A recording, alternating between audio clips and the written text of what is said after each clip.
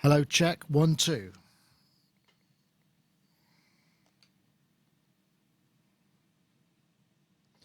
How are you all doing? Oh, actually, I was going to play a little, I have got a vid somewhere, just for a bit of, if I can find it.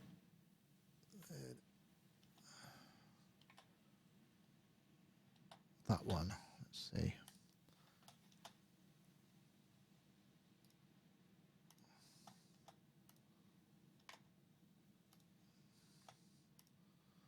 Do, do, do. Yeah, let's just play that. Just to keep everybody here, I can hopefully you'll have me. I did do an EP a couple of weeks ago. I haven't talked about it a lot, but thank you to all of those who perhaps have shown an interest. And I did do a little making of video, not making of, like a multi-track thing. So I thought, why the hell not play that? That's number 6, isn't it? Let's see if that plays. Hello, folks. This is a little bit of bonus material for my new EP, which is called Lost Connection. This is what you get if you buy the EP. This is an added digital download.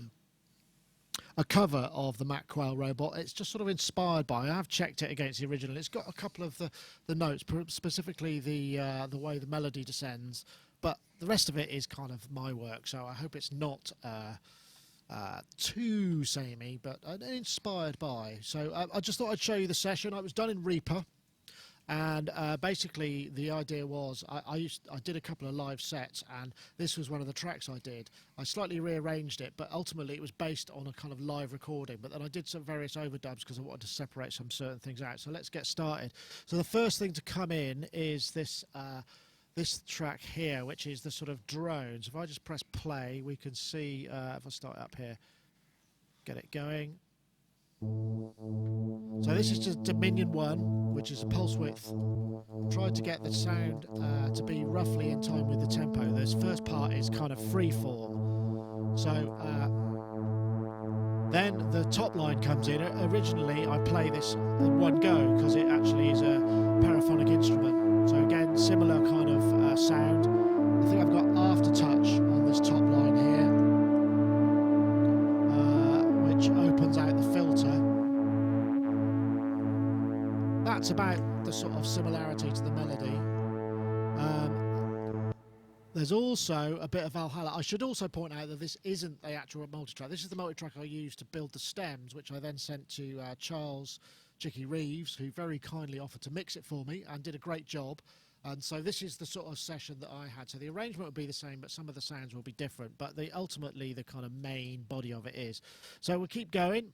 So these are various takes within there. You can see in Reaper I use that take for the final route. And then we come in and down here. Let's come, oops.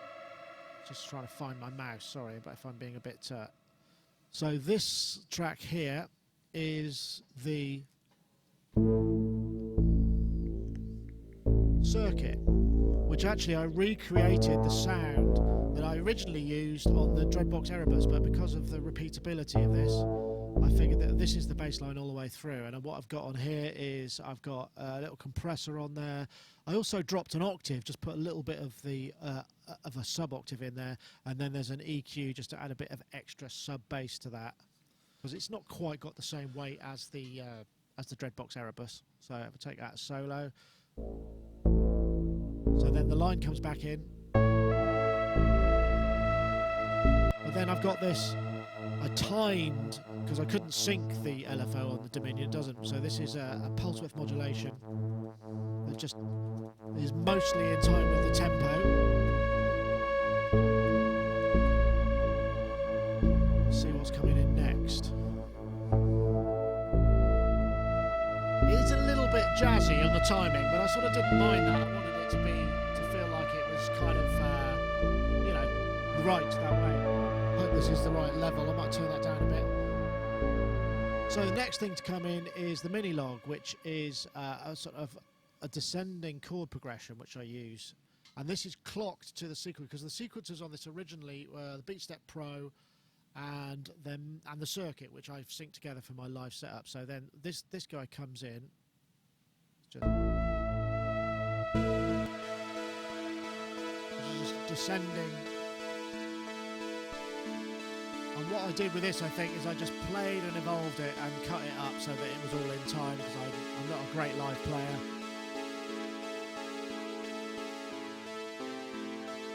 Yeah. And I was messing around with the filter. It's quite an open sound, so. And then the other thing that comes in is a bit of percussion, which is also on the circuit down here, which is this sort of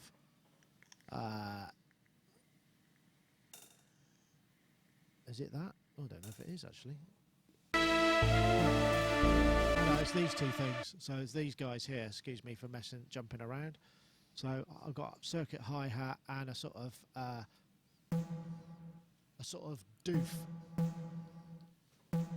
distorted, snarey sort of sound.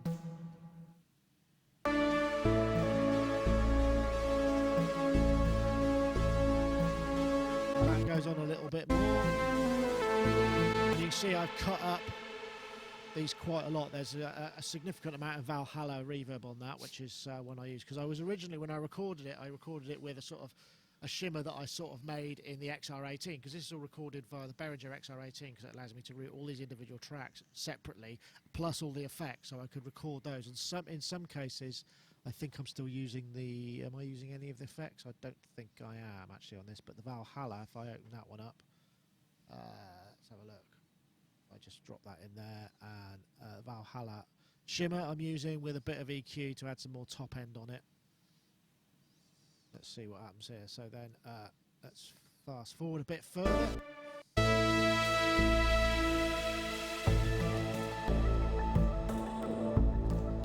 Yeah, and this is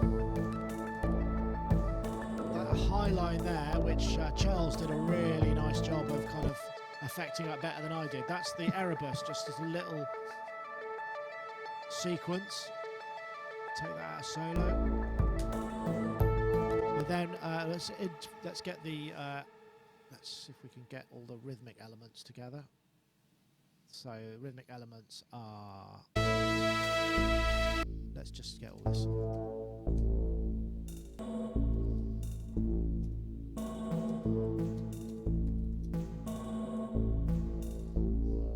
So there's a bass drum in there somewhere. There we go.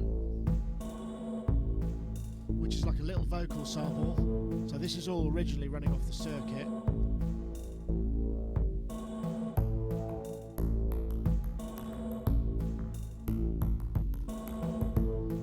Not sure what that is. That's a little, so I call it tangle. This is all circuit stuff. I'm sure. Here we go. And I've got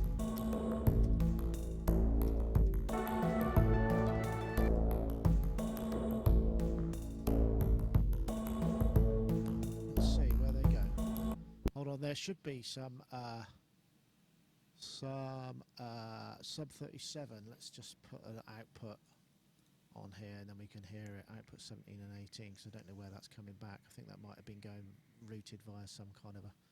So I've got this.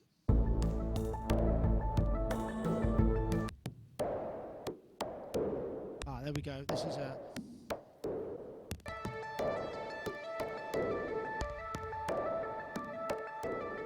So I've got basically that additional sort of white noise, that's on the sub 37. So if I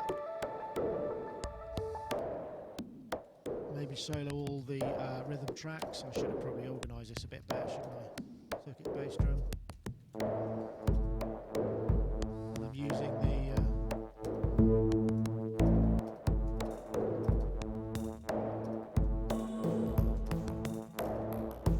so that creates this kind of loping.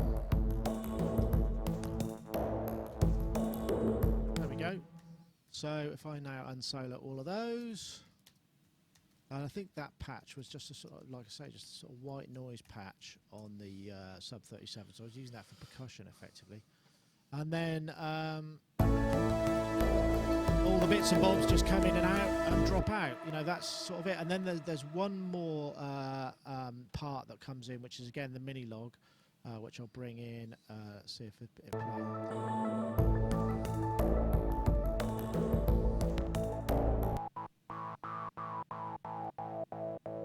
That's it, really.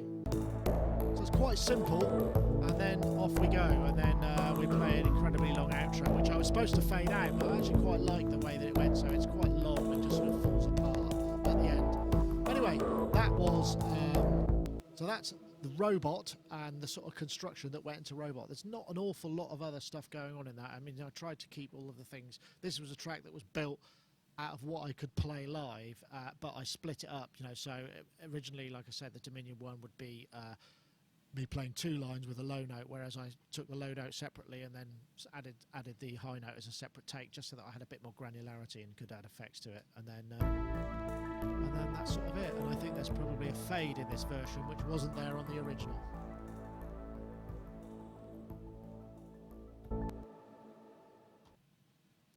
Hey Charles, can't hear you,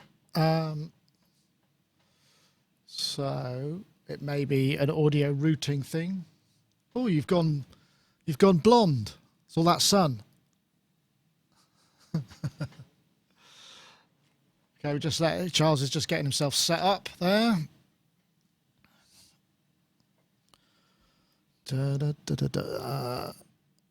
Yeah, I think he has to. Yeah, Charles probably going to have to restart the browser because with this system, when you route audio into the browser via web audio, I guess it's called, you usually have to restart the outro, that browser. What's that? Jimmy Sandwiches. I have the XR18, not sure how to route the external effects pedals to more than one instrument. Aux sends them back in, or buses, yeah, that'd be the way to do it.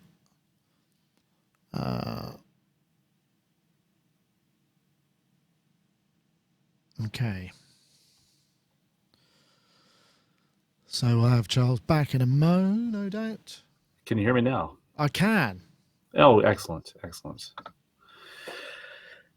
Yay. Good. That was just a bit of, I was doing that as a digital download, a bonus download. I just did a sort of little breakdown of the multi-track. Or the multi-track that before I sent it to you, at least, yeah. So, I love that song. It's gotten a lot of play. Oh, good. Yeah, it's done all right, actually. I mean, you know, I'm never going to retire off the proceeds unless somebody picks it up and decides they want to use it for an international, worldwide advertising campaign music bed, which I have. I sent the link to the publisher I had for stuff that I'd done with Goldfrapp and just said, look, I don't know if this is of any interest, but, you know, if you feel you can do something with it, then fill your boots.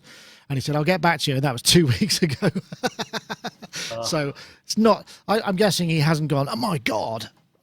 I can do stuff with this, but you know. But hey. You know what? Like I did some stuff. I put out an album of my own material in 2007, and I did it. I just did it for myself. I thought it'd be fun, and I sent it off to a publishing company or a placement company. You know, what do you call them?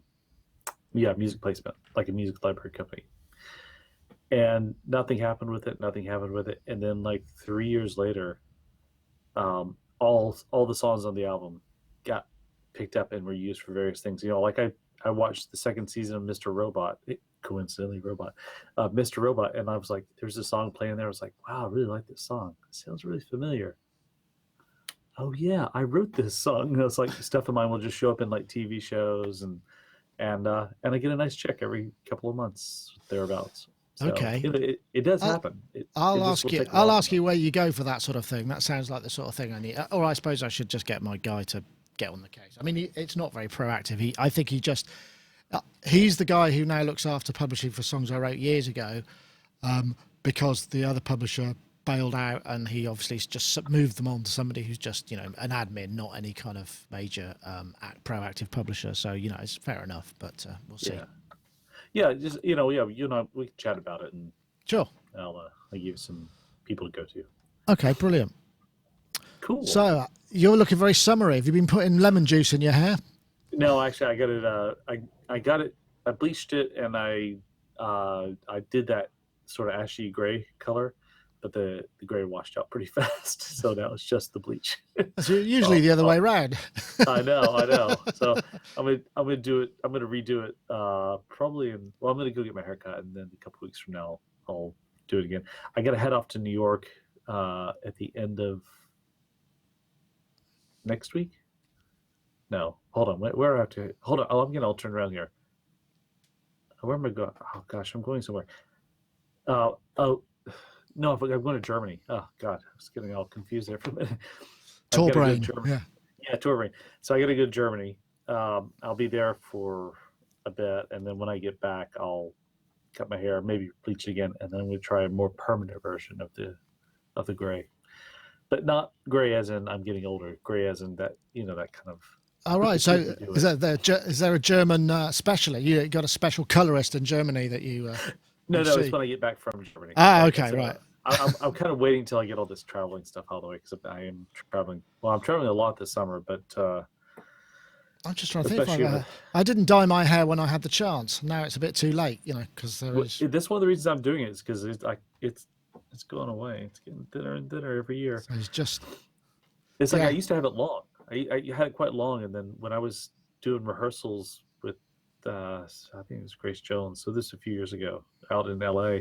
Someone was sort of standing over me and they took a picture of me while I was talking to someone, and I was sort of like leaned over with my head up to the camera. And when I saw that, I was like, "Oh, screw this! I'm cutting my hair," because I looked like someone who was fighting a losing battle. So I had like long length hair, but on top it was really thin. I had exactly the same thing. What happened to me is I used to do a lot of mountain biking. Believe it or not, it's probably hard to think about looking at me now, but I used to race. And I went on this race, and I'd had a really bad wipeout, and I had the full 90s ponytail, and I had a really bad wipeout, and I went over the handlebars and did that, and just in fact, it was both me and Andy were on the same race, and we both wiped out. We had to drive. I was changing gear, and he was driving because he couldn't use his left arm, and I couldn't use my right arm. So we drove to the hospital, both got X-rayed. And I had to spend a couple of weeks, and I couldn't tie my hair back. So it ended up, and I just looked really mad. So I just went into, I might have told the story before, and I went into this hairdresser that I used to go to as a school kid, where there was this lovely lady called Bev, who was very buxom, and we always used to go in there because, I mean, what teenager wouldn't like an ample lady, leaning over them cutting their hair, and she was still there. And she told me that she remembered me, and she cut all my hair off, and I think she was a little bit upset because it was just sort of, last time I'd been in there, I was probably 14, and I went back and I was 40 or whatever, so. Anyway, it was quite a nice story.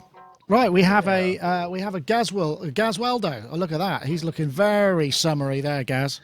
I mean, I can genuinely justify wearing sunglasses indoors today. It's so bright and sunny. It's like, can you turn it down a little bit up there? Yeah, I know what you mean. Is your mic on, or is that your room mic? I can't tell. It sounds like the room mic. Oh. Yeah, it's your room mic. You might need to change audio and then reboot and come back to us, just because that's the way it works. It's. Okay. Yeah. All right. See you in a moment. Sorry. So yeah. Oh, it's nearly 4:00. We're pretty much on schedule. Good stuff. Yeah.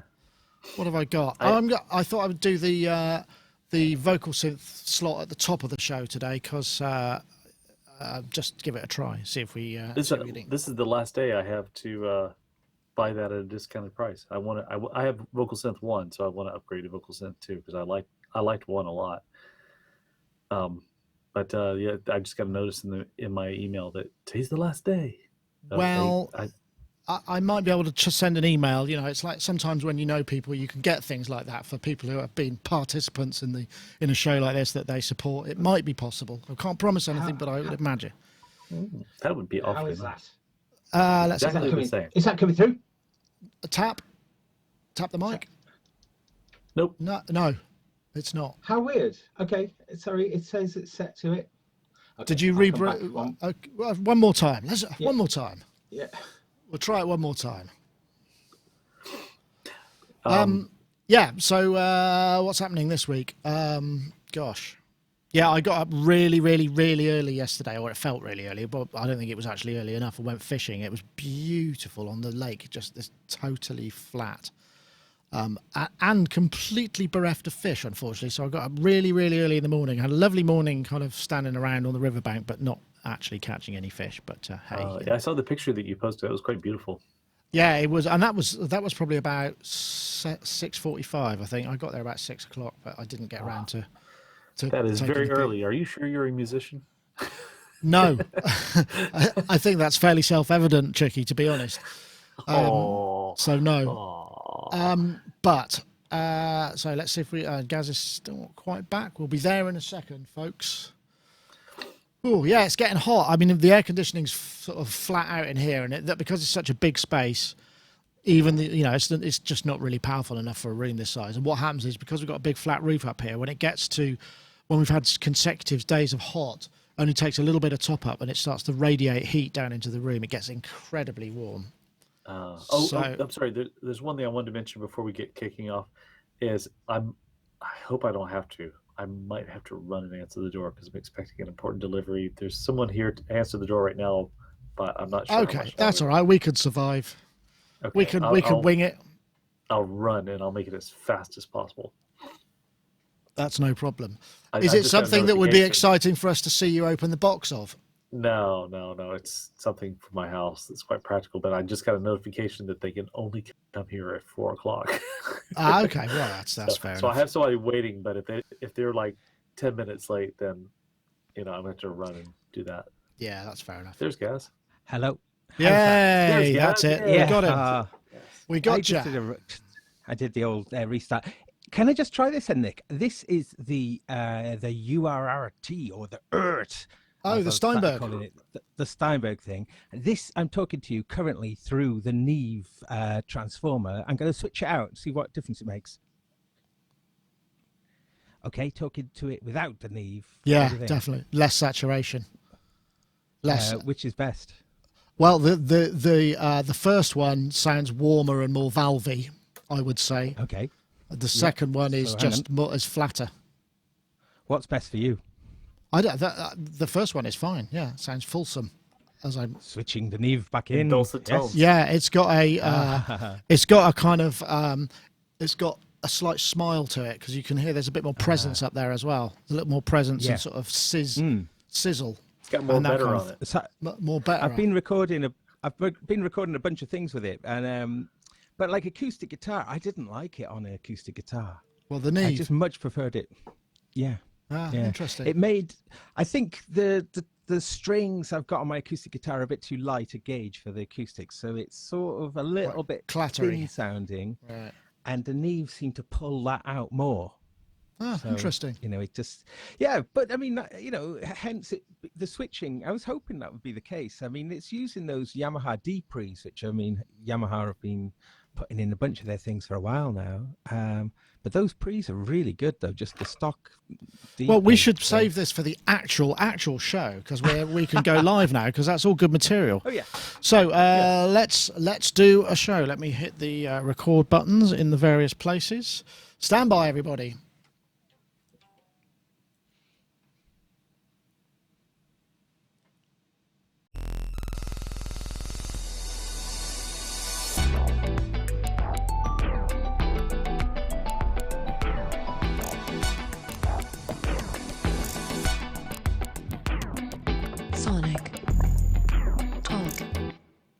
Hello, everybody. Welcome to Sonic Talk, episode 538, recording today live on Wednesday, the 27th of June, right in the middle of the FIFA World Cup, to which England, if I do forgive me for saying 6-1, even if it wasn't the greatest team in the world, it's still pretty damn good. If you're into soccer, allow me just that tiny little bit of gloating.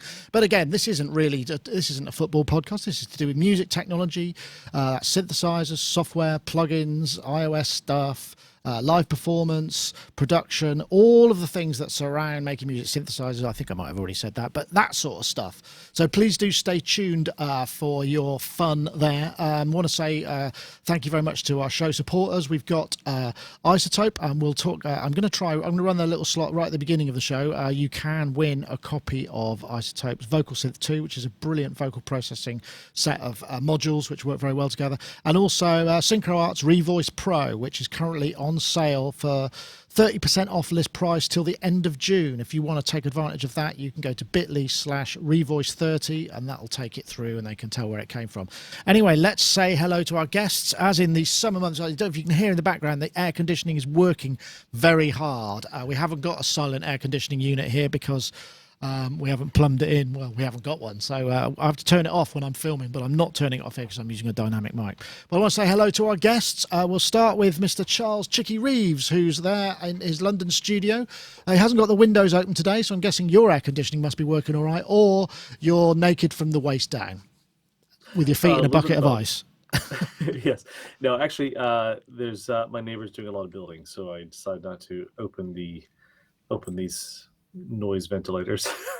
So if I do that, you're gonna hear a lot of the kind of noise. So yeah, I know what you mean.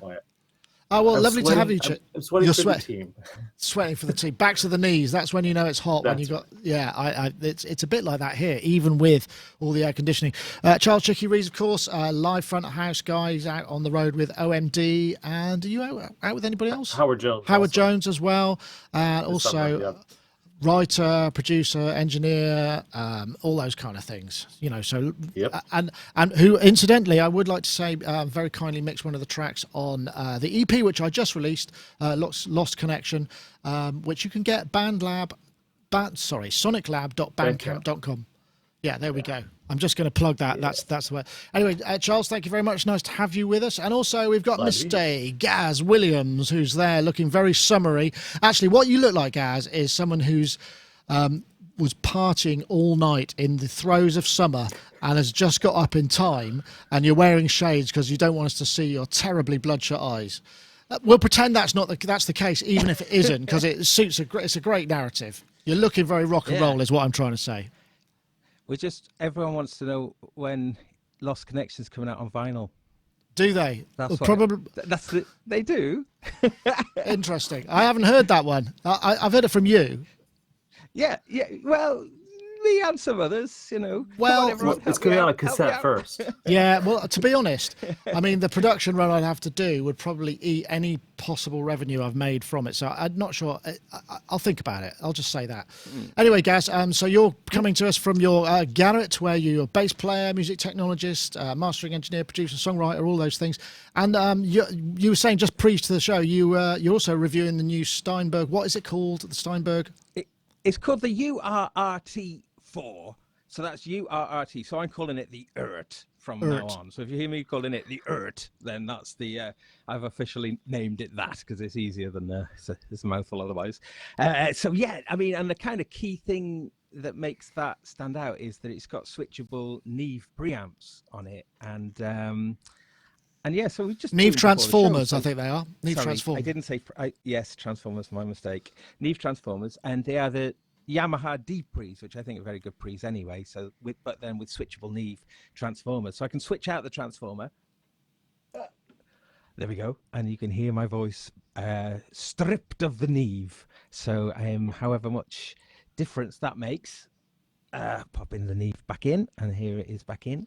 So yeah, it sort of tilts forward slightly. It feels like it's sort of like you're on one of those adjustable beds, and it's just brought you to 90 degrees from 45. Yeah, so I mean, it's going to be fun. I'm going to try putting a whole host of instruments through it, and I'm discovering sometimes it's not always the right thing to have on there as well, because like with acoustic guitar I was doing yesterday, it was kind of making it a bit too, it was pulling out too much of the thinness. It was kind of accentuating kind of the wrong part. So I mean, it was kind of interesting. So as soon as I took it out, it was like, oh, that's the sound. So it's a pretty cool function to have, and this one's got 4 preamps, and all 4 of them have got the ability to switch in the transformers. So I want to try putting some drums through it. You see, I think that'll be the test. I think that'll be really, really nice. Just a pair of overheads, a snare, and a kick. and Yeah, that's my the next test. I think you're probably right there, because I mean the Transformers will likely to, and the Transients. It'd be very interesting to see what that sounds like. Jolly good. Okay, well, we should move on to some topic. Oh, actually, no, I was going to do the isotope. Let's just get the isotope competition done first, because I think that is probably a good place to put it at the beginning of the show. So obviously, Isotope's vocal synth, which is available now.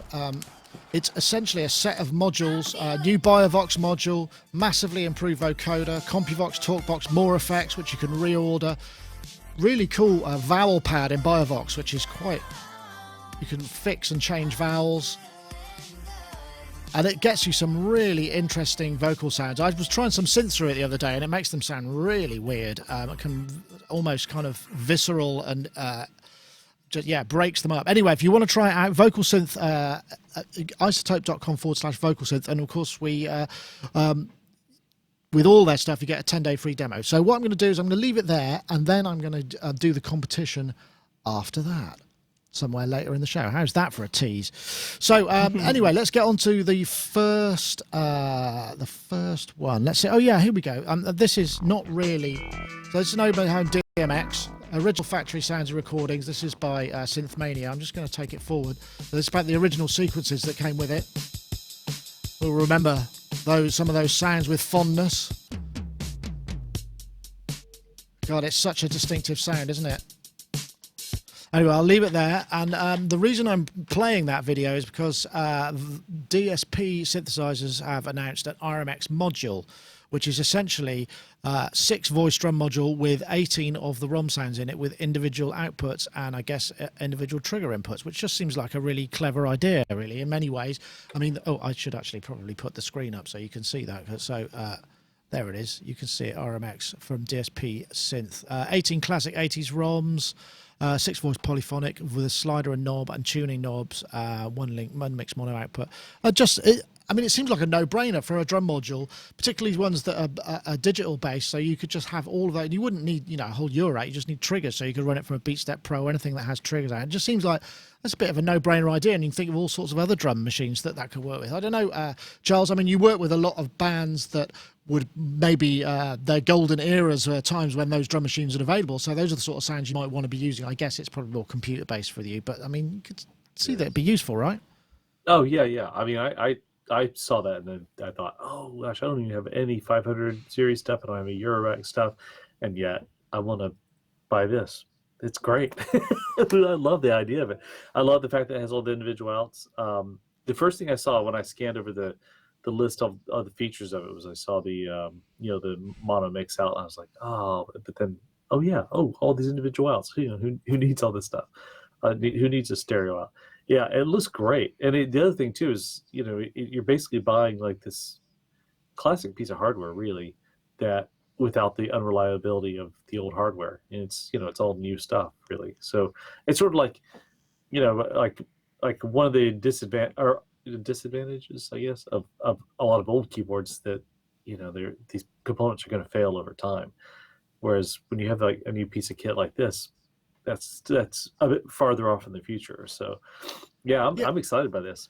I really am. It's very utilitarian. I mean, it's just the sound sources, trigger and sound sources, and I think it does have USB MIDI as well, so you can hook it straight up to a computer, I guess. I should all point there's no demos on this, and dspsynth.eu. Since I posted this story, I was looking on Gear Sluts and various other forums. Muff Wigglers, and there is some questionability about the guy's reliability. He's been ill and all sorts of things, so that's just buyer beware. But the general idea is a really good one, and I think that's kind of cool. I know, Gaz, I mean, there's something about having something that's dedicated. I mean, yeah, we can all get the samples and run them out of sound cards and put them in the DAW, but there's something a bit different about having it as a dedicated piece of hardware, even if it hasn't got the sequencer on it. Yeah, and in Eurorack especially, I mean, just being able to have those sound sources and that you can then just patch into whatever is a great idea. And I mean, it's things like that actually Oh, oh no! It's weird, isn't it? Because I mean, on can the feel myself being can you? drawn with It's it, weird though, isn't it? Because on the yeah. face of it, there's nothing. I mean, it's just a box with some outputs. I mean, there's nothing. It's. I guess it's just the idea. Just thought that it's actually a cool idea, perhaps more than anything else. Yeah, it's, and as you say, that when just you're playing that little video clip at the start there, as the sound of this, oh well, I say the sound of this, the sound of the DMX is just, it's just, you say it's so familiar, you can't be critical about it. It's such a kind of part of our, listening heritage, isn't it? Do you know what I mean? And but to be able to then take those sounds through, which of course you can anyway, there's other ways of doing that for sure, but this, having it in that fixed box, as you say, dedicated for it, or anytime you're running beats out, the basic thing's going to sound lush, and then just patch it through. Bingo. Yeah, it's a great idea. It seems like I say, kind of a no-brainer. I mean, because there are lots of other samplers that you get. I mean, the Tip Top Audio 1, or I think it's called 1, which is just a single sample. It's got a little micro SD, and you could just load sounds, but it's just one voice at a time. The idea of having a kind of enough outputs for a whole drum machine just seems like a really simple, and yet I can't think of anything else that does that, but I'm sure the Hive brain will be able to put me right there. My DRM, although albeit not Eurorack, has kind of individual outs on all of the channels there, which is really nice. And what you can do with the DRM, which is such a simple thing, and I'd like to see this done more, is you can tap, each one of those individual outs is also a send and return jack as well. So you either tap it out from the master stereo signal with a mono jack, or insert it back in. So, that's true. So brilliant. Yeah. CS Synth in the chat room also points out that TRAS would do the job nowadays. A bit more expensive, but I guess you've got more voices, and then you can just load as many samplers in. That's the new Roland update. And it's interesting that we did a demo with David Ireland, and every time I hear that and sort of hear what the things, there was a firmware issue where if you moved a load of faders at one time, the timing went out, and that's all fixed, by the way. But that it seems like a real... a sweet spot for drum machines at the moment, the TRAS. I definitely kind of can see that. And when David was using it in the recent Roland System 500 demo that we did here, it did a really lovely piece of music. It wasn't the usual kind of acidy 303 thing, which is often you gravitate towards it. It was a really good and it just made me think, as drum machines go, it's pretty cool. I think Roland have got the sweet spot there. Have you come across one of those, Charles, in live, the RAS?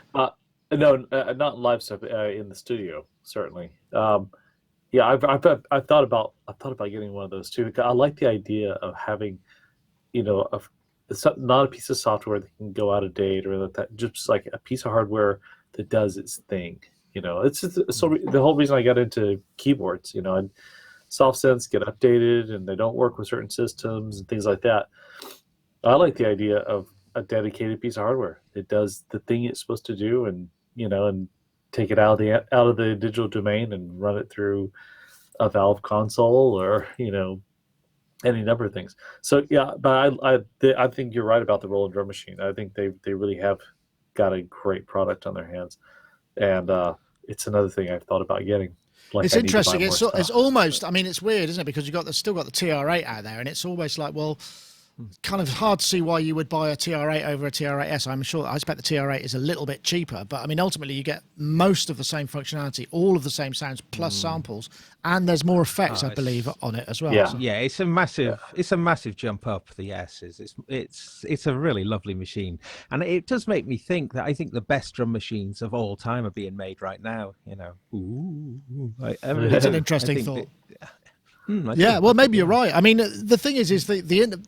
I suppose the thing is with it, there's been, especially with the Electron stuff and now the Roland stuff, where you've got more real-time interaction. I mean, that's the thing. I mean, for a lot of people, I mean, myself included, I really don't like working in pattern mode. I can't, particularly or step mode, because if I'm thinking, I want that little jink there, it's like, well, okay, that means it can't be in just quarter notes. It has to be in, what's that, 16ths, or does it have to be 30 seconds? And I just can't compute, and it starts to get me into IT, and I'm using the wrong side of my brain, and then the moment's gone. So the fact that you can just play stuff in is important, I think. And also the real-time parameter tweaks in a lot of these new modern drum machines makes it so much more powerful and so much more the center of a kind of live type of scenario, I think.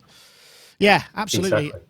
Yeah. So this, I don't know, as we say, maybe best wait until you see them in the flesh, maybe when there's a video out there or whatever, but it's going to be priced at around 339. That's from dspsynth.au. But as you say, there are many ways you could do the same thing. Okay, let's have a look now.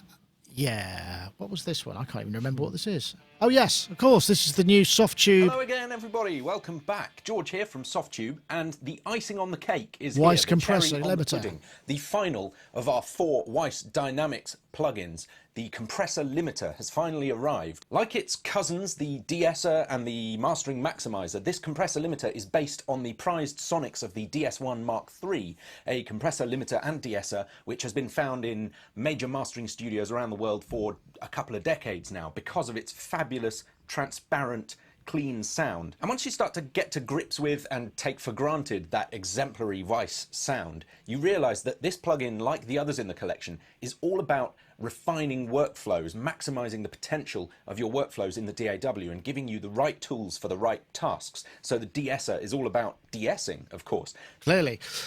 This was an interesting. I mean, what this is also showing. I mean, Softube are kind of. I suppose there are kind of like two big software houses that are doing these great emulations of sort of hardware side. Obviously, you've got Universal Audio with their dedicated platform, and Softube as well. And both of them have their merits and whatever. I mean, I guess it must be quite hard to eke out. Oh, we can make this one because nobody's made that. You know, it must be hard to find things to emulate at a component level.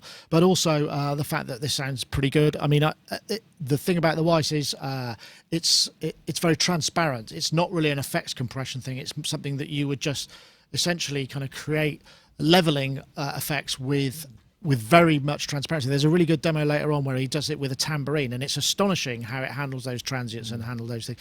I mean, what would you go for the most transparent compressor, Gaz? I mean, you're right. That handled the tambourine test admirably, didn't it? I mean, you know, those pesky transients, it was really, really cool at shaping it. So, what would I mean, I tend to use Ozone so much these days that that's really shaped my workflow. And you can make that very transparent, I think. Yeah, probably Ozone, to be honest. Well, that's a good call. That's a good call. There are a couple of parts to this question. I'll let Charles answer the same thing, just out of interest. Do you use any of the Softube stuff? I do. I have the stuff that they do through UA. So I have like their amps and I have their old sort of 1176 style FET compressor thing that they had a while back. Oh yeah, I remember. I forgot the name and number of it, but as far as transparent compression goes for live, I use Digico because that's what it is. It's a functional, transparent, catches transients really fast, but it's only available in their consoles. But for the studio, I find that I use Neutron a lot, or Neutron 2 now. I use Neutron on so many things because it is exactly that. It's a surgical transparent compressor. If I want like a certain effect, yeah, I'll go for the 1176. I mean, as far as software goes, 1176, the LA3, you know, that sort of, or the LA2A that UA makes. But generally speaking, they're advertising this as a very transparent compressor, and I'm like, I don't know. There's so many to choose from, and there's so many very transparent compressors out there. I mean, even the Avid compressor is transparent. Their Pro compressor is great compressor. And it catches things very fast. I use it for a lot of like shaping, stuff like that. But yeah, that's kind of, those are my. I'm of two minds. I want to accomplish this technical function, or I want to accomplish this character function. In the technical function, the transparent side, I mean, this sounds cool. I can't see myself plopping down the money for it, but yeah, it's cool. They're but there are a lot of compressors out there. It is A lot of interesting, and compressors. and this brings up the second part. I should also point out that it's 249 till July the 19th, and it's then it'll be 299. So it's premium stuff. Is it console one ready? Sorry, just wanted to cut in. Is it console one ready? That's a good question. I would assume so, but it doesn't specifically say. That's a good point. But it does bring up another point. Grantham in the comments actually posted a thing which was kind of interesting, which was, with so much stuff coming out, almost every day we've got a new X or Y or plugin or hardware or whatever. And there comes a point where it's like, well, am I not, how much choice do I need? Do we need, he says, in fact, his specific thing, another polysynth, another sequencer, another 8089 tool, another software reissue. I just found installing Reason 10 to have access to my VSD AU plugins. The way the Reason browser displays them, I instantly see an endless list of instruments and effects, many of which duplicate each other and many of which I'd forgotten I even own. And it does raise a more interesting question about this concept of just, we talk about the tyranny of choice to a degree, and we're kind of getting to the point where literally almost every day there's something new out. And it says two things. One, we've got a booming industry and, there's a market for it, so people are doing it. And the other one is, why can't we just make our minds up and use the stuff that's there? But, that's not really the manufacturer's fault at all. They're just supplying a demand. But it's an interesting question. I don't know, Gaz, do you sometimes think, maybe I should just freeze now and not try anything new and just really get to grips with the stuff that I've got and hone it down? I mean, do you find yourself uninstalling things that you don't use, or are you more cautious when you purchase?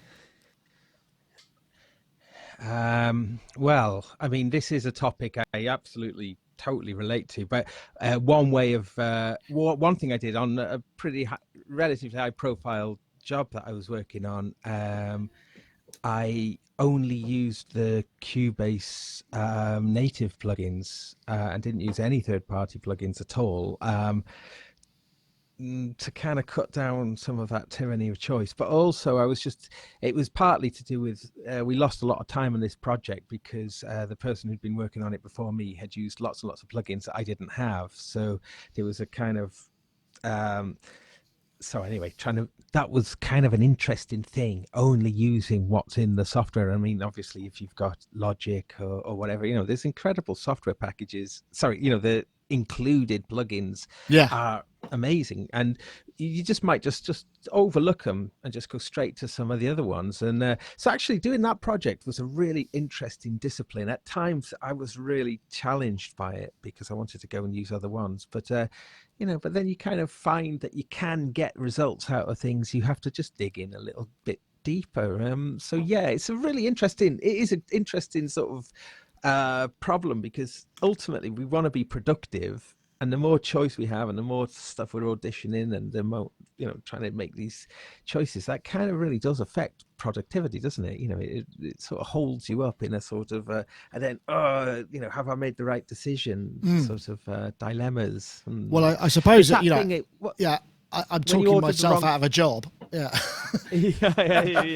When you food envy in the restaurant, that sort of thing, it's a little bit like that, isn't it? You're sort of kind of going, right, I'm picking this one, and then you're kind of going, oh, but did I pick the right one? And so you're right. My partner's like that. She prefer always what she does is just order a load of starters, so she's got a spreads her bet a little bit rather than have a main course that she might be disappointed with.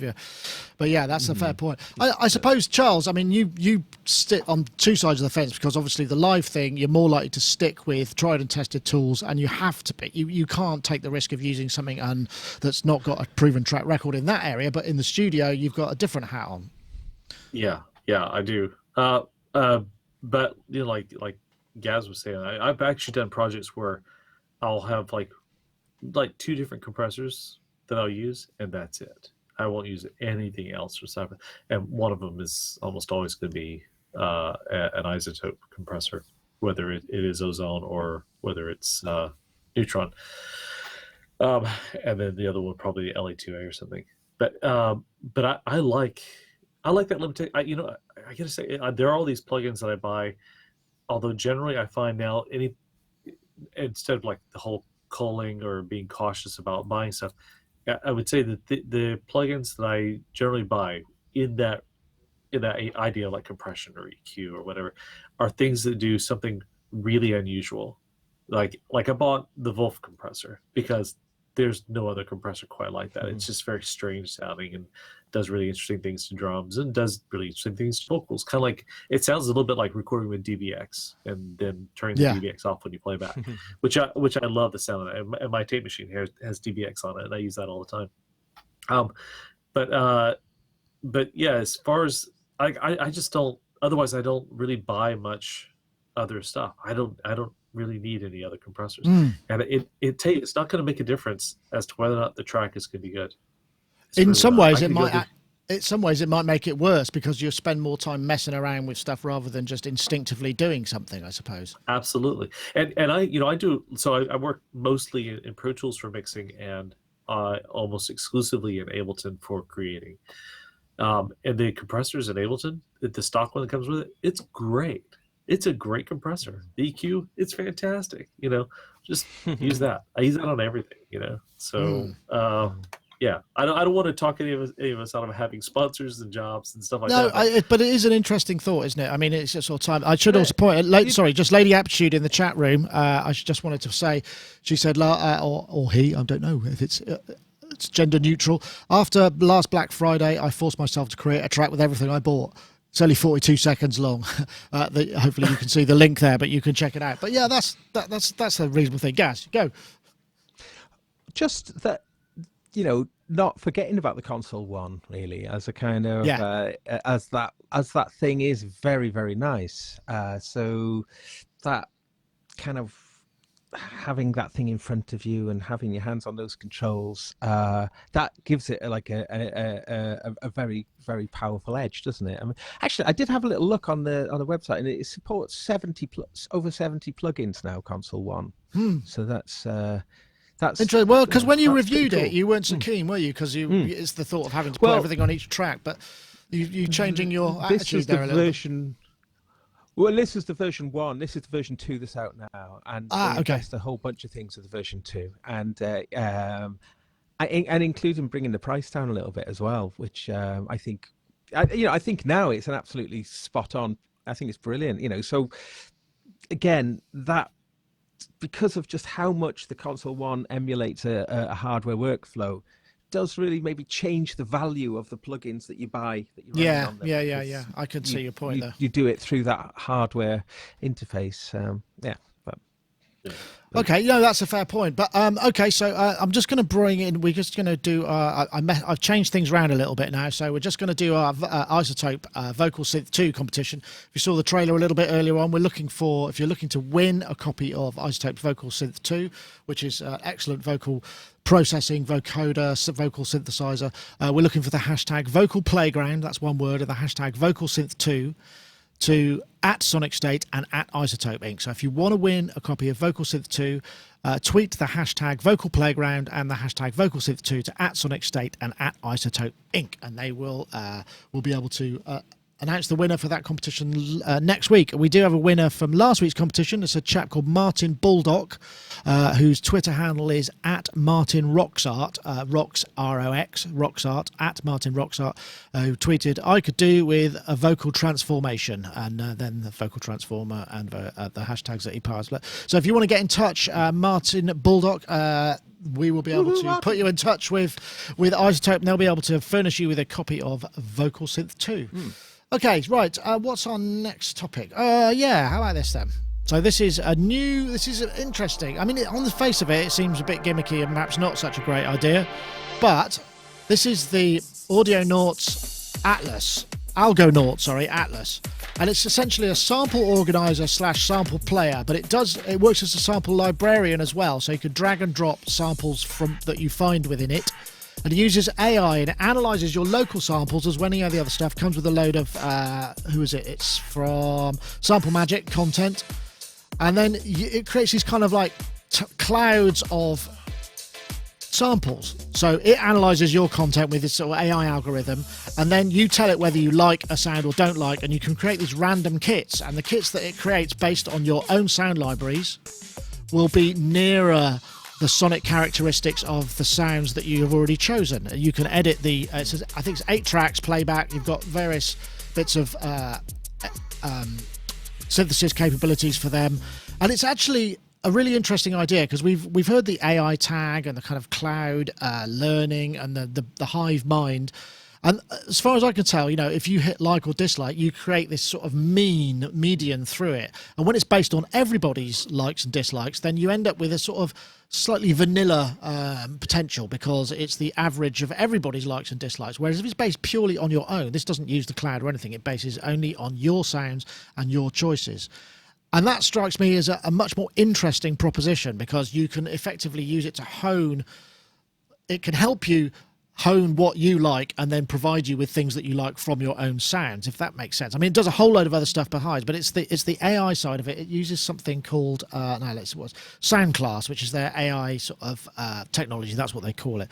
I know, Charles, I mean, we've all been there. We probably all have, drives and drives of just one-shot samples and drum samples. And it's that, I mean, it comes to the point, it's back to that kind of, which one do I use? I mean, which out of snare 1 to 55 is the right one for the track? Can you see yourself well, like for maybe... me, it's like 1 to 155 or yeah, 2,100. Yeah, exactly. And again, I mean, it sort of comes back to the same problem, doesn't it, really? But this seems like a much more... I like the idea this is a localized solution. Yeah, I like that. A question I had about it, so like for myself with, like, say, for instance, any of these one-shot sounds, if there's something I dislike, because there's the like and dislike button, if there's something I dislike, it usually doesn't stay in my library very long. I usually get rid of it, because I like to keep things quite pared down. But it seems to me like there should be a like, really like, and really, really like button, because there won't be anything I dislike at all in there.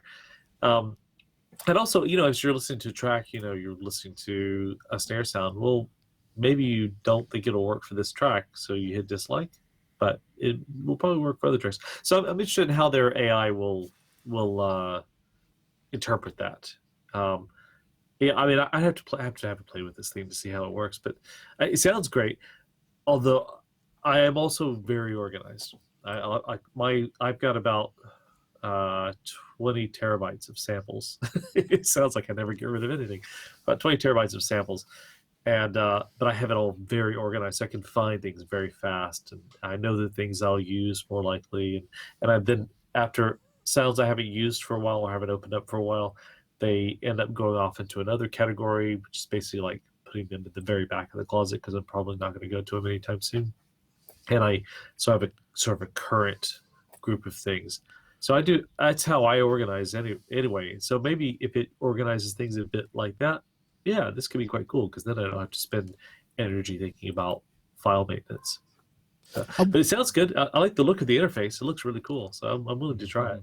I like the idea. One thing that you can do is if you found the kick, because what you could do is just going to go random, and it will just repopulate all of the drum slots if you want, or you can lock certain ones. So you go, I've got the kick I want, let me try a load of hi-hat and whatever it may be. So the pattern's running the whole time, and you can revoice it constantly. You can also lock the parameters. So if you've tightened down a snare to be very kind of short, you could still load other snare samples into it, and it'll inherit those settings of the sample, but just change the sample out. So they've sort of thought about it, and you can lock, say if you've only got one more sound to voice, you can lock all the others, so there's quite a lot of granularity. It's an interesting idea.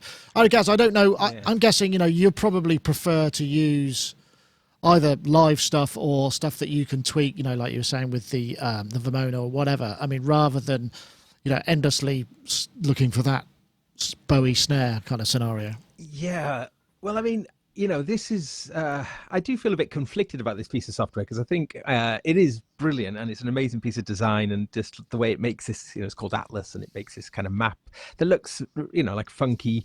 And also one little detail is you can just drag and drop then your drum tracks into whatever other piece of software that you want to use for the sequencer or for to treat the sound. So just to drop use it into drop samples into battery or whatever. Yeah. So just as a cool way to kind of lasso a bunch of sounds together is excellent. However, I mean, something like Machine, that the browser in that, you just call up kick, and then you've got tons of kicks to look through. You call up snare, so in terms of the functionality, I mean, Machine does that really, really well already, especially the new ones with the displays on them. It's so in term So it does come to that like thing, though, doesn't it? I mean, that really is the that way of. Well, yes and no. No, there is something else. That the other thing is, you drop your, I've got a hard drive full of samples. I drop it onto this. It analyzes them. It figures out which ones are kicks, hats, snares, claps, whatever. And so it categorizes them to a degree. I don't know how successful it is. It takes about, I think they say in the video, it takes about 1 minute per gigabyte of so it's not terribly slow. It's not slow. It's sort of pretty snappy. So it does that. So it's that thought of my sample library is completely disorganized. I could buy this and organize it. I mean, I guess where the added value might be is if once I've organized it, it could then maybe mess around with the file structure and say, okay, can you just put everything in a Tom folder that you've called a Tom or whatever it may be, that sort of stuff. Does it use online processing to do this, or no? It's all local. It's all local. That's the thing. That's why it picked up on it really. Okay. Yeah, that's pretty cool. Yeah, I wonder if you could. That does sound really cool. I wonder if you can still run your mix if it's analysing sort of 20 gigs of drum samples while you're running it in the background. I wonder, but I don't suppose that really matters. But yeah. I don't, but I suppose that's the thing, isn't it? I mean, I used to organise all my samples. I used to use them up. In fact, what I used to end up doing is just putting them in massive, great entire keyboards. So I'd have an entire keyboard of kicks, kick 1, kick 2. So I could just go, yeah, that's the one I want. And then, and I would use, what's the one in Logic? ESX24, just drop them in and just, but, it wouldn't always pick up. Sorry. Oh, yeah. No, I'm interrupting you. It wouldn't always pick up. It wouldn't always pick up what the root note was, so you might hit a kick and it would be like a dick rather than a doof, and you'd have to then go, oh, the root note's this, and then that sort of stuff. So the point I was just going to ask about really was how many categories does the AI actually identify? I mean, it can identify kick, snare, whatever, but I mean, there's so many like electronic-y kind of glitchy noises that could, That's a good point. Well, what I'm seeing, I'm seeing hi-hat close, clav rim, cowbell, tambourine, shaker, hi-hat open, crash ride, other. I guess it would be, what would be really cool is if you could say other and categorize your, this is what I call other. Whatever that may be. And it could then learn that AI process and go, okay, these other ones, I've refiltered them, and now the other might be a modular blip, whatever you want to call it. Because I reckon my map, I think, would look quite threatening to all the kind of legitimate nations of the kind of kick and snare and hi-hat, as the other is just this enormous big kind of landmass just like looming over everything. I think, yeah. So I don't know it's like Risk. Hold on. AI. I've got that's that's a show title, Risk but for samples. I don't know if anyone will get that. Risk but for samples. Yeah, I don't know if that'll work as a show title. It works somehow in my own mind, but I'm not sure that that's necessarily the case. But yeah, okay. Well, but yeah, if you want to check it out, you go to algonaut.tech and it's there it is. I mean, they call it a sample. It's not really a sampler. It's a sample organizer and playback thing. So you could try all the features unlocked for 14 days. So it's well worth a try. And it's about $99. So Yeah. What do you think about the price of that? It sounds expensive, right? Isn't it? Sounds expensive, but I guess that's because we're just used to everything being so cheap, and it's not shouldn't but always be. How much content comes with it, though? Oh, that's a good point. Because I mean, we are so privileged, aren't we, these days? Yeah. That this thing. Wait till the tariffs kick in. It's got a ton of sounds in it, and. Yeah, I can't see whether that's going to be what that case is. But I think now I've sort of because I changed up the order of the ads, I should probably get a word in from our friends at Synchro Arts. So stay tuned. This is the deal on a Revoice Pro, 30% off till the end of June. So not long. You've got the rest of the week, and that's it. You get from Synchro Arts. It's great for ADR and stacking vocal parts. Get 30% off. Audio's fixed in a blink, harmony's always in sync. You want to rhyme in time and get into this tune. Get Revoice Pro, now the offer's ending soon. You want to rhyme in time, do-be-do-do-do-do, and get into this tune. Do-be-do-do-do-do, get Revoice Pro, now the offer's ending soon. But the bish. page. There we go. So if you go to bit.ly/revoice30, you'll be able to get hold of that. Now, that we're talking about tariffs. This was an interesting article for, we don't know, it's not often. It's interesting, isn't it? Because politics and music tend to mix quite a lot, just in terms of ideology and, singing about various issues or whatever. That's all sort of standard, but it's very rarely that it affects on the ground. And this is an interesting article from Peter Kern's CDM link article. He wrote, "There's new tariffs," and it's this sort of news of a new trade war that's Trump's administration is penalising some of the stuff that's coming in from the EU, so therefore the EU is kind of tit for tat. So yeah, it happens periodically, I know, every 20, 30 years, and it seems like we're entering a new phase. And it looks like it's a really well written article. There's a lot of research in it, but the crux of it is, it looks like that some, also China as well, that where a lot of people get their parts from, they're looking at hitting a 25% tariff on component parts, electronic components, which could, we've seen prices fall and fall and fall and fall, and now we could be in a situation where there's going to be a base level at which they can't. So at some point, the stuff that's coming in, the prices that maybe were said it's going to be out in, maybe early next year, those prices are going to have to go up because, those things are becoming more expensive, 25% more expensive on the actual cost of the components. I'm coming to you, Charles, because you happen to have an American accent. So Yes, we can leave Everyone guesses I'm Canadian, but I'm actually we American, could leave the kind of politics of the individual out of it. It is what it is. Whatever views you may have on the orange chap or not, we'll probably leave those out. But this is quite an interesting thing because we've largely been unaffected by this kind of thing. You see changes in currency affect us quite a lot, but not not immediately like this when they just go right, dang, from today 25%.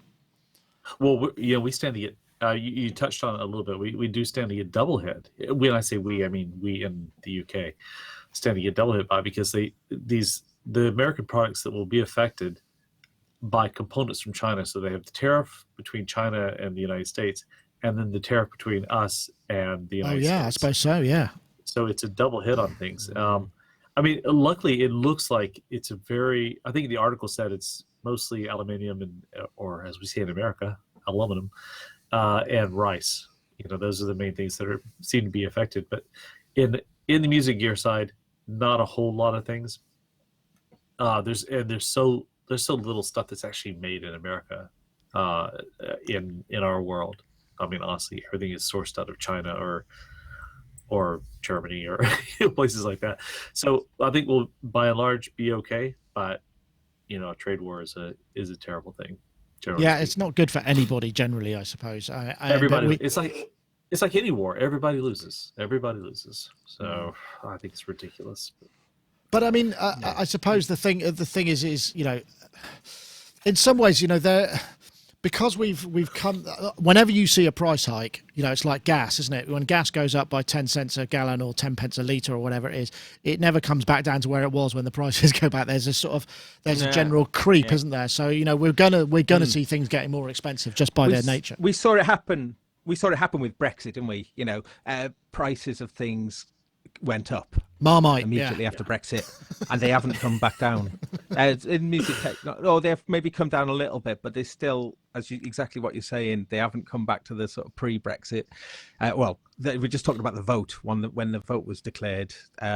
So wow, this is incredibly frustrating for so many people, really frustrating, and and it totally flies in the face of like the amazing thing we saw at Superbooth, very international people coming together and amazing, it's like the opposite of what's going on. It's really frustrating. So let's just hope that it's fairly temporary and things at least don't stay this way for long. I was trying to think about positives from it, and I was thinking, well, it does kind of change the second-hand market a little bit, and it started making me think about what products are currently like rock bottom in the second-hand market, whether there's something that can be done there, like kind of I'm interested in this like late 90s sort of DJ kind of era, and then sort of taking things and using them in ways that they weren't in. Well, maybe that'll be the case. Maybe that will be. Yeah, but no, that's an interesting point. Maybe I'm just wondering whether maybe what will happen is people will, as we talked the previous a couple of topics back, where people will just kind of go, well, I'll use this then, and I'll stick with that, and I'll just figure out how to use it better. There may be more creativity that comes out of it rather than just sort of buying stuff instead of being creative. Even though that there are lots of downsides, that might be a positive side. That's quite correct. Yeah, no, that's a fair point. I suppose limitations always lead to some sort of new creativity anyway. Yeah. So hopefully that. Yeah. But I'm hoping that we don't really have a lot of limitations to deal with here. I hope this trade war ends up just being a bit of a skirmish and nothing more. But we'll see what happens. Yeah. Well, let's hope so too. Yeah.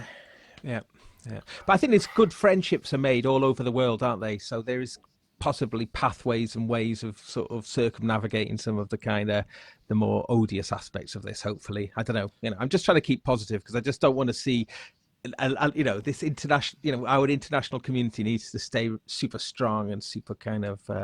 Yeah, I would agree with that. Here. There was a story that came in earlier. It is a rather speculative one, but everybody I keep seeing in large letters, Moog 1. So, well, let's just drop this one. This is the news that Moog 1 trademark was announced, was registered at the same time as Moog Grandmother, which is the, was it Grandmother or what was the other thing? But anyway, and so there's a post on Gear Sluts which has basically said there's a Moog Poly coming, which is an 8 voice and a 16 voice version. One priced 6K 8 voice version and a 16 voice for 8K. This is dollars. 3 VCOs per voice, 6-part multi-timbral, 3 sips of 1.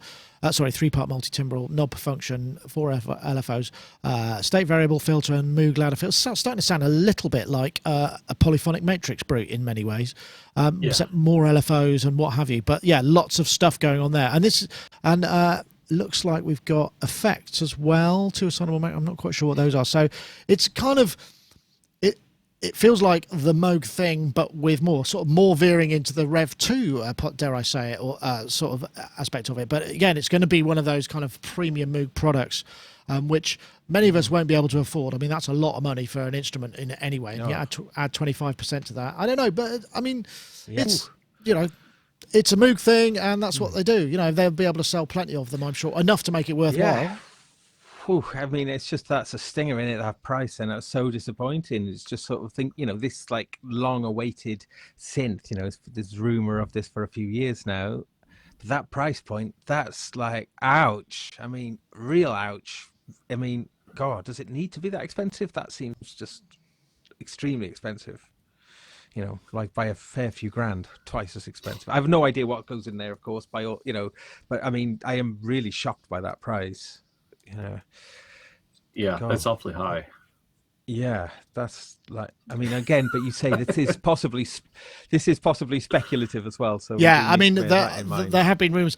I guess the thing is because Moog have been badgered. It's like make a poly Moog, or a memory Moog, make a memory Moog. That's what people want, and it's like, well, here it is. Then I suppose. I mean, perhaps. I bet they can. Agreed. It's speculative, so we don't know if those prices are real or not. But I would imagine that they will probably sell for something close to that price, and they'll do it because they have those 4 letters MOOG on them. There is that, but at that price, if I want a polyphonic matrix brute, then I'll buy another matrix brute. They'll link them together. Actually, what does a matrix brute cost? Is it? Well, that's a good point. I wonder what is the cost. I can't tell you what I paid for mine, but I think. No, I'm just looking at what the. 20. Well, about 1,500. 1,500. It went says up. Here. Oh, I'm thinking dollars. Sorry. All right, yeah, 1,500. I'm seeing here gear for music, backs, something like that. Yeah, well, that's good, isn't it? Yeah. And that's a muscle. That's a muscle car of a synth, as we've said before. Yeah. Blimey. I wouldn't mind getting I use one. that on everything. Do you? Have you? Yeah. Do you find? I mean, this is just an interesting aside. Do you find that you're able to move around it much more quickly after a little bit, because it's a little bit of a sort of mind, particularly if you get the button wrong and you go, oh yeah, I'm just going to route that, and it's like, damn, I just changed the patch. That's the thing I found I was getting a little bit. Well, I had it for a short period of time. The only complaint I have about that is related to that is when you're trying to save a patch, you're never quite certain that your patch is saved. And you don't get like it's not like the old emulator, like, are you sure? Are you really, really sure? You know, that kind of stuff. But aside from that, I mean, I find it really easy. It's so easy, and it all makes sense. And it sounds wonderful. It's quite rough sounding, which I love. You know, like that. And you were talking earlier, your pre-show about Robot. You know, your track Robot. Yeah. And using, and here's another plug for that great song of yours that you did called Robot. But how you used Valhalla on it, and like I find that and Valhalla together, oh my god, what a beautiful sound! It's just so gorgeous. So that will take off some of the roughness of the synth, and it just builds these huge, beautiful soundscapes. And yeah, it's paraphonic and it's monophonic and split, and that's plenty. That's fine. I'm not on there playing complex chords. I got the mini log if I want to play more complex chords, 4-note complex chords. Well, another great synth, the mini log. I'm gonna. I did a Friday fun. I've just filmed a couple of them, so I've got a couple in the bag. I didn't use that. What did I use? Yesterday I used the Lyra 8 and the Korg MS-20. And then previously I did the 3900 and the Behringer Neutron, just did a thing. And this is all just going through the Ventures, so they'll be coming up soon. But I would love to get my hands on another Matrix Brute and maybe try that. The only problem is it's very hard to film because it's so massive. It's sort of, Well, it's like, if you hello, today I'm doing. Town, go for it. Oh, that's very kind of you. If it's if I can get to it and figure that, I'm hoping to go up and see Dave. Yeah, we'll chat about that. But yeah, well, Dave's. Are you talking about Dave Robinson? Dave Smith. No, not Dave Smith. Dave Spears. What am I talking about? Dave Spears. Yeah, I was gonna say because Dave Robinson's office is like right down the street from me. So, okay. He's in Islington too. Dave Spears just got a Ventris, and he's kind of he's using his CS63. It sounded lovely. CS8, yeah. Oh, that sounded nice. Oh, that sounded on that Facebook video he posted. I just watched it like 4 times. I was like, oh, this is beautiful. Oh. Yeah, very nice. But anyway, yeah, the Moog one. I guess we'll hit. You know, if people, you know, publishers like myself and Synthtopia are unlikely to post things that are just plain wrong or have broken some major embargo from Moog, because you know they're nice people and you don't want to piss them off. You want to keep your relations good. I mean, that's one of the trade-offs you have to do as a sort of, you know, a publisher that relies on the goodwill of the industry to a degree. So I'm suspecting it must be fairly close to some kind of actual announcement for that to have been able to be on the front page of Synthtopia for sure. But exciting news. I mean, I wonder if there's going to be some serious innovation in there, or whether it's going to be, you know, essentially a Poly Mini, you know. Style. No, it's it's got what did it say here? 4 LFOs, 3 VCOs, 3-pot multi-timbral. The filter is state variable and a ladder filter. It says here in these specs. These are we have to say, but this is completely, you know, I mean, it's conjecture, but it does look rather formatted in a way that is kind of like a feature list. So there must be some elements of truth in there, I would imagine, but I don't have the inside information. I'd imagine it's going to look great, though. I think. Yeah, and I mean the other thing, yeah, exactly. I think it will. The other thing to bear in mind is, you know, Moog synths are the upper end of the market, but the Sub 37, for instance, is a beautifully designed instrument that is incredibly easy to use, and certainly for live work, it's just, you know, within only a small amount of time using it, you can reach something, and you know where you're going. It's very, that costs money. That kind of stuff, you know, it costs design time, it costs quality components, it costs layout. You need to have the case big enough so you can move things, see around. You know, those things. You know, yeah, you could have it all in a tiny little box with kind of, you know, teeny pots and, you know, no display or whatever. But if you want to have that, the accessibility and the instrument of it, sometimes that does come at a cost. And Moog are good at doing that. There's no doubt about it. Yeah. Well, I mean, the grandmother, I think, was well priced, wasn't it? And, you know, and looks fabulous, I personally think. But that it's not a great the spring reverb's new, I guess, and there's a few other bits and pieces in it, but it's still I'll see if I can find a picture of that, see what we're talking about. I like the colors of it. I think I do too. I think it looks brilliant. I think it's a really, distinctive looking, and I can absolutely see how it's going to work in lots of musical, situations. It's going to be very sort of hip and cool to use. That's what it looks like. Yep. There we go. It's lovely. Yeah. I haven't had a go at one yet. I've not seen one in the Try one flat. There's Summer Nam, I think. Is it Summer Nam this weekend? I'm not sure if it is or not. We used to go, but it's... no, it's not, is it? It can't be just yet. Hold on. When is Summer Nam? I'm going to have to look that up now. Summer Nam, the last couple of years, it's been inside the school holidays. Summer Nam, let's see when it is. Heart Music City, when is it? Oh, no, it's this weekend, yeah. In Nashville, which is a great place to go if you're into music. I love Nashville. I really enjoyed it, but it's very hard to get away at this time of year. It starts to cost a lot of money, and certainly from our point of view, it doesn't really warrant us sending a team out, because most of the stuff, people don't generally release big product there. They usually are, although maybe Moog will show whatever this is, and surprise us all. But mostly it's about reinforcing relationships with distributors. It's a lower key show, so people have more time to talk business. And it has a really useful function, but it doesn't warrant, because it would cost us a lot of money to go, which is why we don't go to that anymore. I just wanted to... I mean, will we ever know, like, sales figures? Are sales figures company secrets, or is there some sort of public record? Or, I suppose the serial numbers are a giveaway. But I mean, well, it depends. It depends how they batch them. No, sales figures depends if it's a public company or not, too. Yeah, sales figures are usually kept quiet. I mean, and right, because like how many OP1s have been sold, for instance? That's not enough. I'd really like that. Not enough. Because I love the OP1. I love it.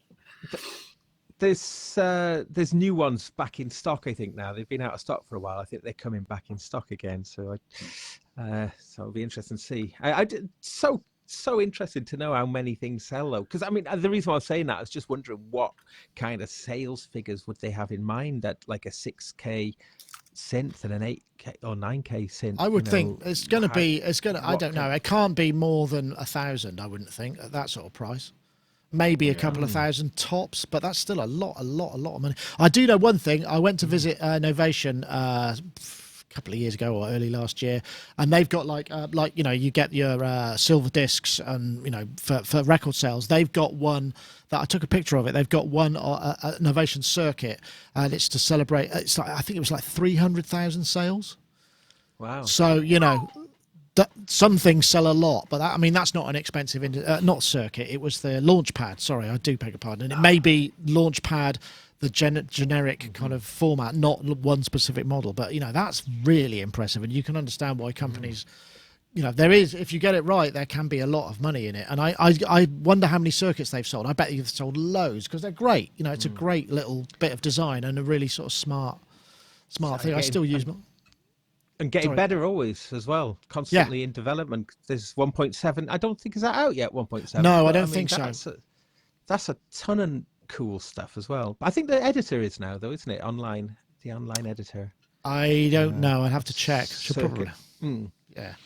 But I mean, if Circuit's something that you've kind of been interested in the past, I'd certainly recommend having a look at it again now. It's incredible little box, actually. Really, really cool. Yeah.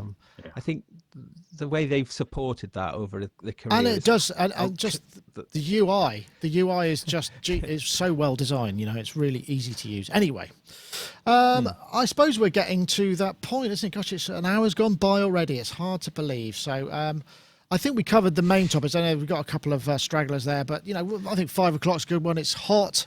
I want to go and stand in front of the air conditioning. Gaz, you need to, whatever it is you need to do. I think I can justify taking my sunglasses off now. It was so bright in here earlier.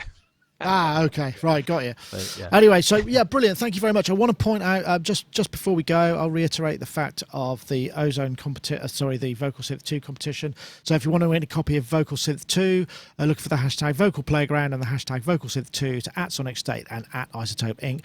And also, don't forget, if you want to check out Revoice Pro, SynchroArt's Revoice Pro, which is a great piece of software for creating harmonies, double tracks, pitching correction, all sorts of stuff like that. As I say, Robbie swears by it as well. A tool he uses it a lot, certainly for working with vocals. 30% off if you go to bit.ly/Revoice30. You've got until, what's the 30th? Is it 30th on Saturday? So the end of play on Saturday to claim your 30% discount, because then it's going to go back up to the 30% up on the 1st, which is the Sunday. So yeah, that's it for this week. Thank you very much, everybody, for watching. Charles, thank you very much for joining us. A pleasure to have you, and hope your trip to Germany or New York or both go very well, and maybe we'll see you in between those, or during or after. Well, I'm here next week, but I go to Germany on the weekend, on that Friday, so I'll be here Wednesday. So okay, great. Well, I'll if you're say hi. available, lovely to see you. And also, thank you very much, Gaz, for joining us. A pleasure. Thanks. Oh, the glasses are off. Yes, there we go. Yes. Yeah, no, it's been lots of fun. Thank you very much. Yeah, I gotta go and get some. Gotta go to down by the river. I think. Get some air. Yeah, nice, some river kind of vibes. I think. Some negative ions, I think, or is it positive or negative? I forget which way around it is. Yeah, I think it might be negative ions. Negative ions around water, isn't it? Right. Yeah. So yes. All right, well, brilliant. Bye-bye. Thank you very much, everybody. We can do the big wave, and we'll see you all next show. Thank you very much for watching. That was Sonic Talk. Don't forget, subscribe, and you'll be able to find out when we're going live again every Wednesday, 4 p.m. See you next time.